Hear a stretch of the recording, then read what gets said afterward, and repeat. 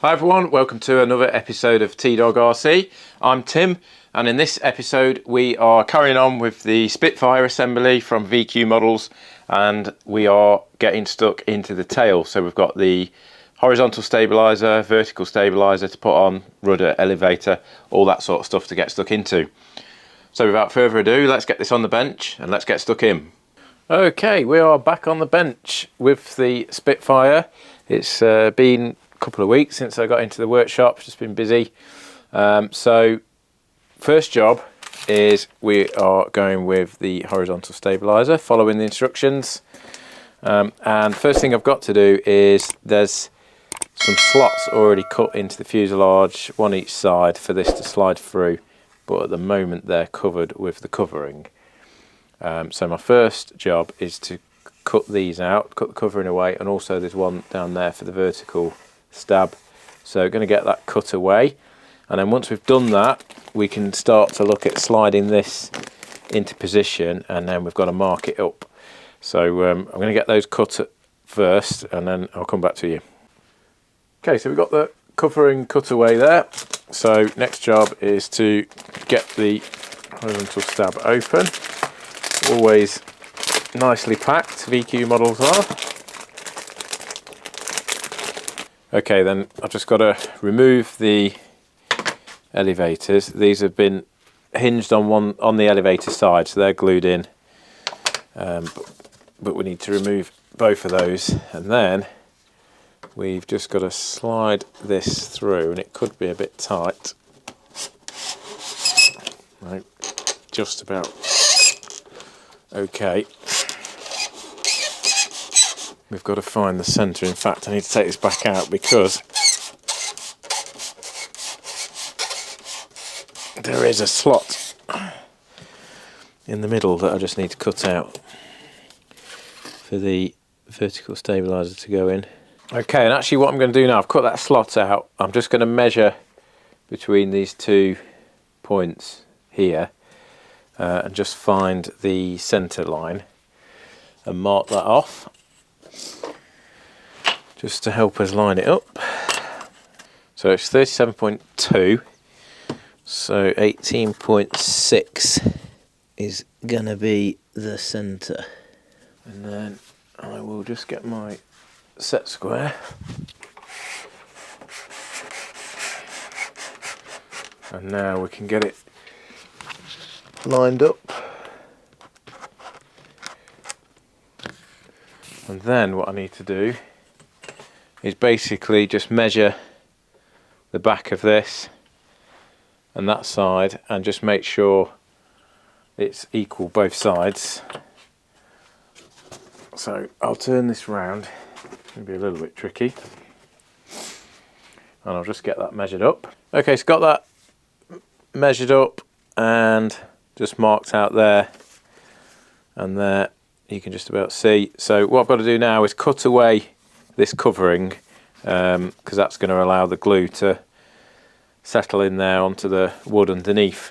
And what we'll say is it's very wonky, so it's very sort of twisted over to one side like that, and I'm assuming the fuselage isn't twisted because you would hope it isn't out of the factory. So I think it's probably just a case of sanding these seats a bit. So we've got to sand this side down on the bottom, and then on the top I need to sand it just to allow the horizontal stabiliser to sort of move that way. So I'm going to get these bits cut out, get that sanded, and then we'll have a look. Okay, so finally got the horizontal and vertical stabiliser glued on. They're all nice and straight and level, but it took me ages to sort of get the horizontal stabiliser where I was happy with it, because there's some weird optical illusion going on. I don't know if anyone else has ever had this. I don't think I've seen it before. I'm trying to think, but I don't know whether it's to do with the fact that it's got a rounded front edge and you know, a flat back, whether it's the shape that's unique to the Spitfire. But basically, when you get this, I don't know if it will pick up, probably not on the camera, but as you move it like this and look at the tail, it looks completely wonky. And at first I was like, oh my goodness, it's just completely wonky, like that's ridiculous. But then what I realised is as I moved it the other way, like this, as I swing it round this way, it's completely wonky in the other direction. And it's some strange, if I move the fuselage like this, it actually looks like the horizontal stabiliser is waving up and down. Very strange. I've not seen that before. So once I realised that was the case, if you look at it straight down the fuselage, straight down the centre line of the fuselage here, it's lovely and level, and the horizontal stabiliser as well. I've got that nice and vertical. I just had to hold it with a bit of tape once I got this glued in position, just to sort of pull it over a bit because it was leaning over to this side. But for example, now it's probably not showing on camera really, but as I look at this, sort of my eye line is going down here, looking like that. This horizontal stabiliser literally looks like this to the eye. It's weird, but as I move it around there, it then tilts that way. So some strange visual thing, don't know what, but caught me out a bit, that did. But anyway, it's all sorted now and all good to go. So next job now is to glue the elevators on. What it says to do is glue these on. The elevator side's already been glued in place, so it's fairly straightforward. It's just a case of CAing these in place, and then you put the rudder on and then put your control horns on. But I'm actually going to get the control horns on first because it's just easier to do it before you've got them glued on. There are slots pre-cut, so actually you can see better on this one because I've made it a bit bigger. So there's slots pre-cut all the way through for these type of control horns, which kind of just push through. Now I'm not a big fan of these. They're okay, but I'm not too happy with using these on the elevators. And another thing is that they're actually too small to go into the slots. Too big to go into the slots. So I've got to mess around trying to make the slot wider, and it's really tight and just feels like everything's going to break. So I'm actually going to bin these off and just fit some other ones which I've got in my box of tricks. So probably going to go with something like this, bit nicer, and it's just a bolt that goes through and screws into here.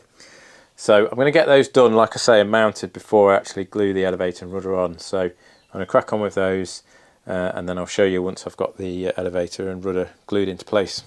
Okay, so got the elevators and horizontal rudder glued in position with the hinges. It's all gone in really nice. Now I'm going to give you a really stupid tip, and apologies if there's plenty of people watching that have built these sorts of models, but if this is your first time building a model like this, which it could well be if you're watching this, the stupid tip is just make sure you've heard of the phrase measure twice, cut once.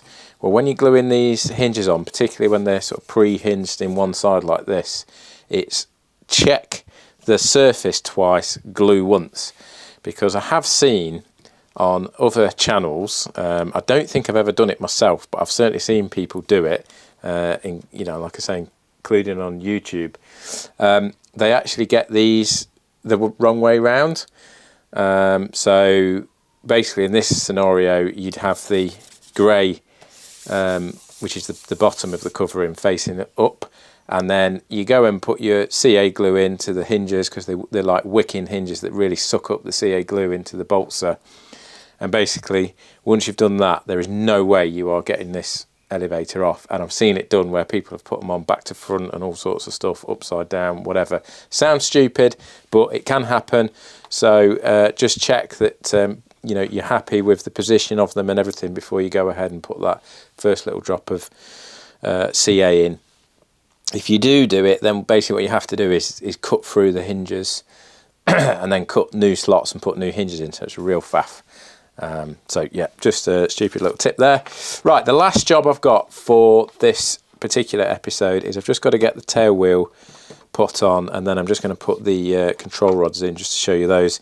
Now the tail wheel all comes in, this actually came in one bag, so they do pack things in you know, various bags, which is quite nice because you know that you've got everything you need there. So we've got tail wheel assembly which goes in there like that. We've got a couple of collets, couldn't think of the word then, a couple of collets go either side of the wheel just to lock it in place. They are there, along with the grub screws, and then we've got this little control arm, shall we call it,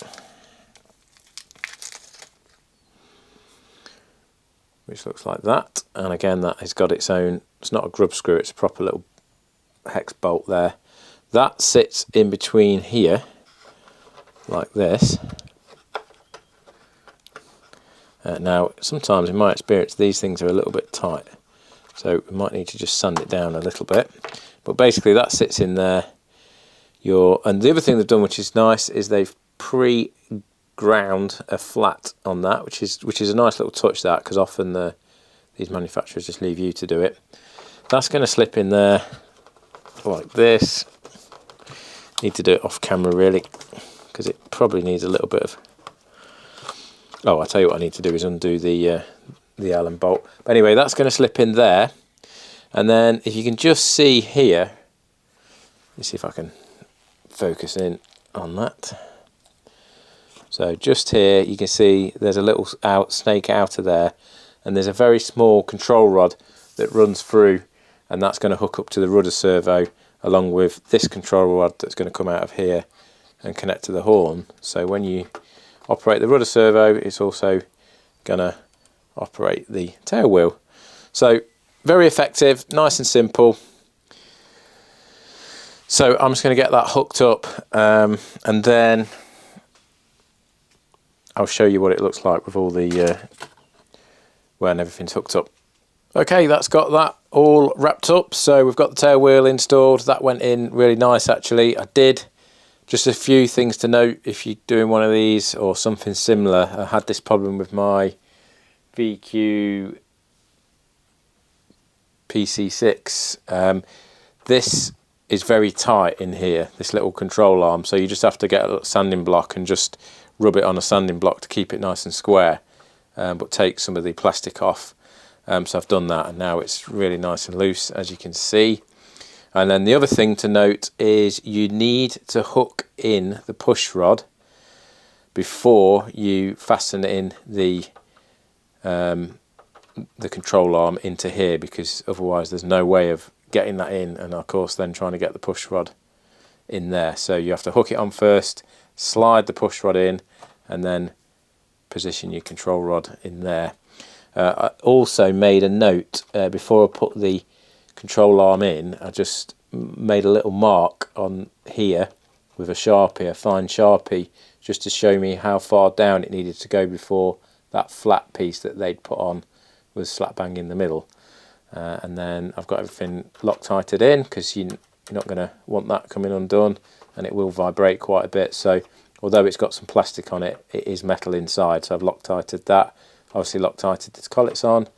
It's a little bit stiff at the moment, but I think it just needs a bit of loosening up and a bit of oil on it or something like that, but it'll be absolutely fine once it gets going. And then I've hooked up the control arms as well, as you can see here.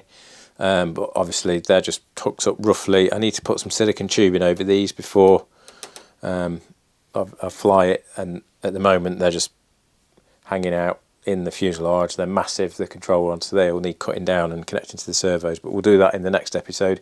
And then last little thing I've got here is to just give you this little cover to go on.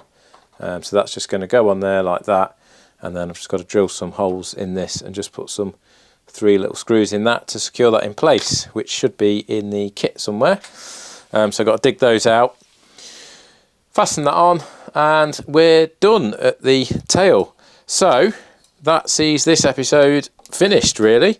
So if you've enjoyed following along with this and you are into fixed wing RC and Balsa, ARF, Nitro, electric as well, then I'd love to have you on board as a subscriber. It doesn't cost you anything to subscribe, but it really helps me out as I'm building the channel. So hit that subscribe button. That would be great.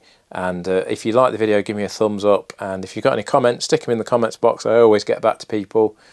Even those ones that leave annoying comments, I still get back to people. Yeah, and a massive thanks to everyone who has subscribed already and everyone who supports the channel. I really appreciate it. And I'll see you soon for the next episode.